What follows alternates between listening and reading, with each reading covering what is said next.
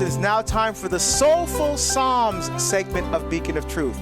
The Soulful Psalms, we take one of the books from the wisdom literature of the Old Testament, the Sefer Telachim, or the Book of Sung Praises, the liturgical hymnal for our Jewish brothers and sisters, and for us as well. Why?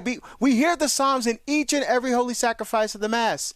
And what we do on this segment, the Soulful Psalms, we connect the Psalms to your everyday lived experience. Well, today we're going to continue our look at Psalm 42. So Psalm 42 is in Book 2 of the Psalms, Psalms 42 to 72. Psalms 42 to 49 are by the sons of Korah. And so remember that Korah rebelled against Moses and Aaron in Numbers chapter 16. It said that the ground opened and Korah and his family went down alive to Sheol.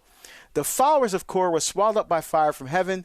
The only ones that survived were the sons of Korah, actually not the physical sons, but those who did not, followers of Korah who did not rebel. Those are the sons of Korah. Numbers chapter 26, verse 11. We can see them. And they became superintendents of the musical guild of the Jewish temple, but also caretakers and custodians of the sacred vessels and vestments that were used in the worship of God in the temple. And also Korah means baldness in Hebrew. So we're going to pick up at verse 10. And the first line just simply says, Lemenzeach maskil livni Korah. So for the choir master, a maskil of the sons of Korah. And again, maskil means enlightened one or scholar, but we don't know. That's what it means now. We don't know what that would have meant specifically back at the time that these psalms were written.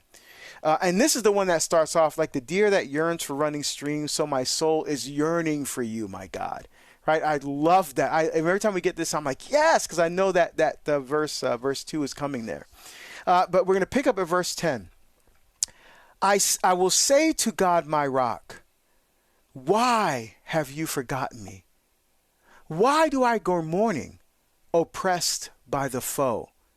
Right? So sometimes as we're searching for a deeper relationship with God, we're starting to question when certain things happen in our life, when things aren't going our way, where the death of a loved one, an illness, or something going on at work. There's some kind of something that's causing us anxiety, something that's causing us angst.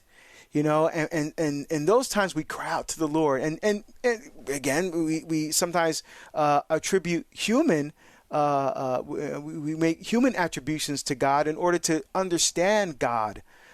Again, from our limited human knowledge and experience and words, try to articulate how we're feeling.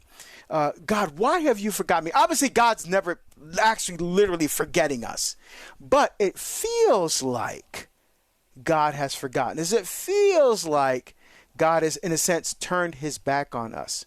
And so sons of Korah here are reflecting on their experience. They're calling out to God.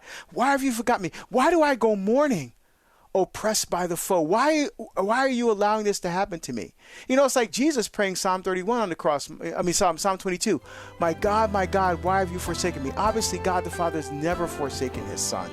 Right, but in praying that psalm, it's the expression. It feels that way, but it's not part of the reality. Again, trying to make that deeper connection between us and God. For more on the Psalms with Deacon Harold Burke-Sivers, check out Beacon of Truth weekdays at 4 p.m. Eastern on EWTN Radio and streaming everywhere you listen to podcasts.